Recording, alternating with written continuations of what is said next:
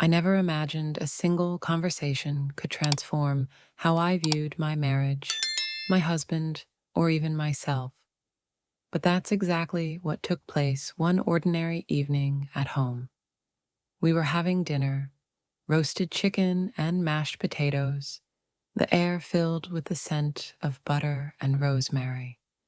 The kitchen light flickered gently, casting a soft glow, while the ceiling fan hummed quietly. My husband, Mark, sat across from me, his silver-rimmed glasses perched at the edge of his nose. The corners of his mouth twitched as though he was holding back something important. I had seen that look before, usually when he was deciding whether to splurge on a new gadget or trying to figure out how to address a delicate issue. But this time, the hesitation in his eyes seemed different. "Sarah," he said after setting down his fork. His voice was calm, though there was a heaviness to it, as if he was preparing himself for something difficult. I glanced up, my fork halfway to my mouth. "What is it?" I asked, swallowing a bite too quickly. He took a deep breath, rubbing his palms together, a nervous habit he'd had since our early years of marriage. "I've been thinking about something for a while, and I'm not sure how you'll feel about it, but I need to talk to you." My stomach tightened, and for a moment, all I could hear was the faint clink of ice shifting in our glasses.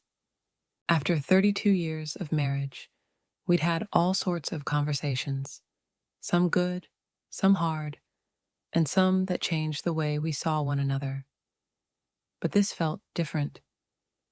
"Go on," I said carefully, placing my napkin on my lap to steady myself. Mark hesitated for another moment before leaning forward, his blue eyes meeting mine. "I want us to try something new," he said. A silence lingered. My mind raced, trying to grasp the meaning of his words. "Try something new?" I repeated, tilting my head slightly.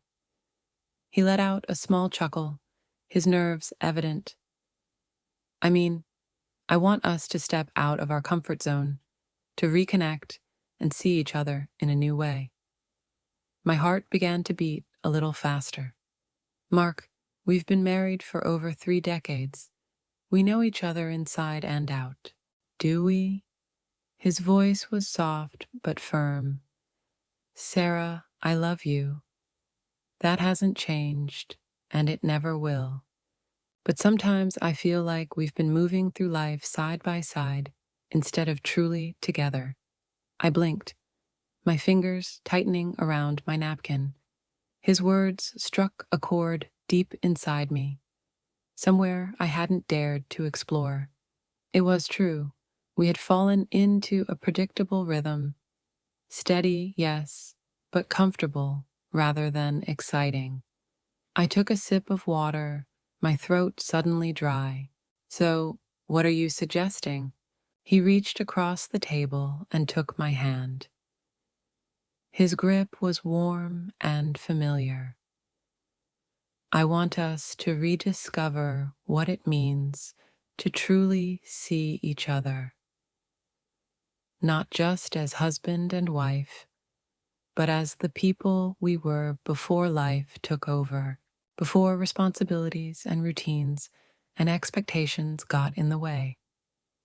I studied his face, and for the first time in years, I saw not just my husband, but the man I had fallen in love with.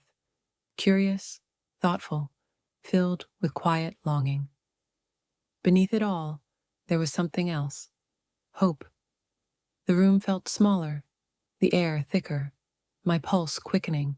"And how do we do that?" I asked, my voice barely above a whisper. Mark smiled, his thumb grazing the back of my hand. "I have an idea," he said, and just like that, everything about our marriage began to change. I had no idea what awaited me, but one thing was clear. Whatever Mark was about to suggest, it was going to alter everything. His words lingered in the air long after we cleared the table, hanging between us like an unspoken question neither of us was ready to answer. I followed him into the living room, my heart still racing. He poured himself a glass of wine, then hesitated before pouring one for me. I wasn't sure I wanted it, but I took it anyway, feeling the cool stem of the glass steady in my hand. We sat on the couch, the soft hum of the grandfather clock marking the quiet between us. I could feel his gaze on me, expectant. Finally, I broke the silence. "So, tell me," I said, my voice softer than I intended, betraying the nervousness I was trying to hide. "What's this idea of yours?" Mark exhaled slowly, swirling the deep red liquid in his glass. "I want us to step outside our routine," he said, "to find something new together. Something that reminds us of who we are, who we used to be." I raised an eyebrow. "Are we talking about taking a class together? Picking up ballroom dancing? Because if that's it, you know I have 2 left feet." He chuckled, but his expression remained serious. "Not exactly," he said, pausing as he searched for the right words. "I want us to reintroduce ourselves to each other, like we're meeting for the first time." I stared at him, my lips slightly parted. "Mark, we've been married for over 30 years. How can we possibly be strangers?" He leaned forward, setting his glass down on the coffee table. "Sarah, when we first met, every conversation was new. Every moment was filled with curiosity. We didn't know what the other would say, what stories we'd share, what secrets we'd reveal. But now, we know everything. There are no surprises." I swallowed, my mind racing. He wasn't wrong. Our life had become predictable. We knew how each other took their coffee, what movies we'd agree on without even checking the title. It was comforting, but had we sacrificed something in the process? He continued, his voice gentle but insistent. "What if we started over for just one night? We pretend we don't know each other. We meet somewhere like strangers.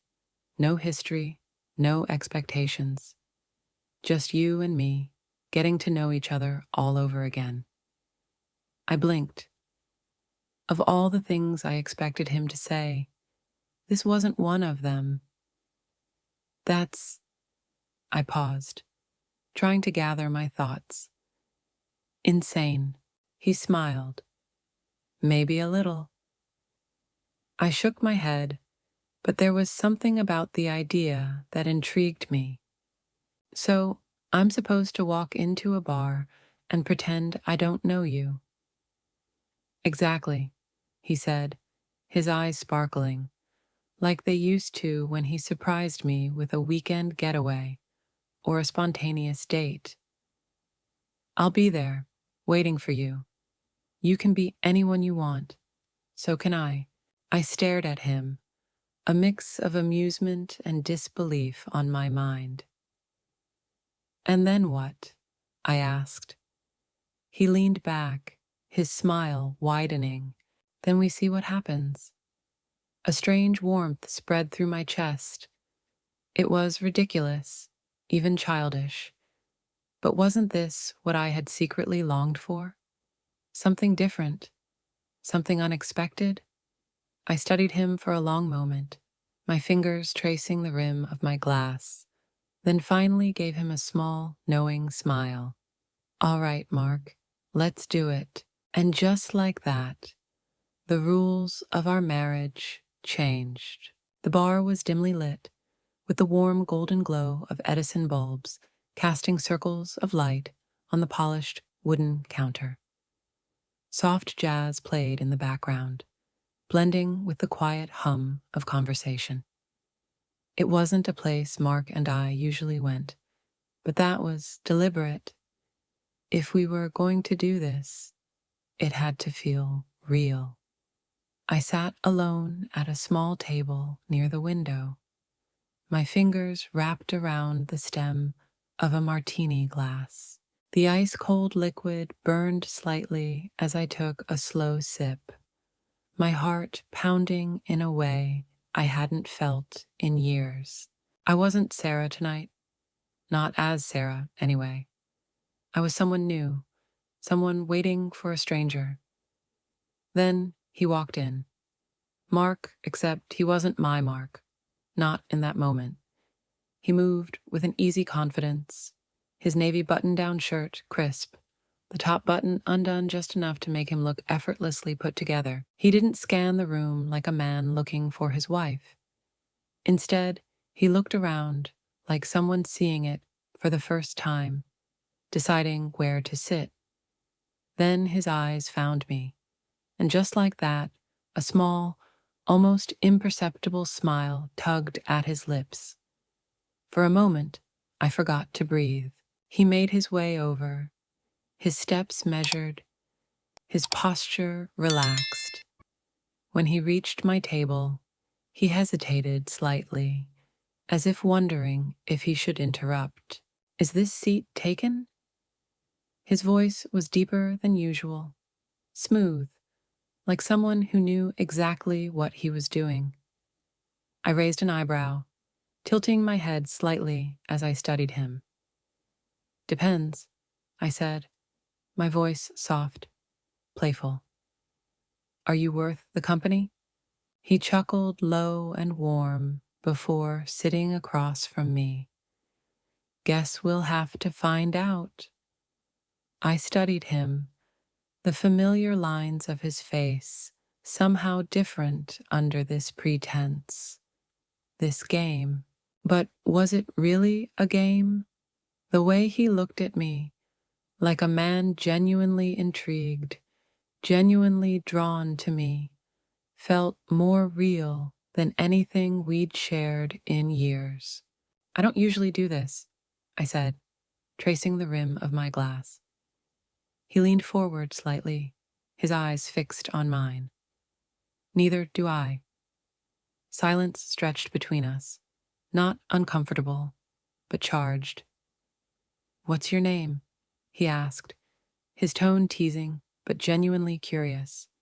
I hesitated for a moment before answering. "Lily." Mark's smile widened just a little. "Beautiful name."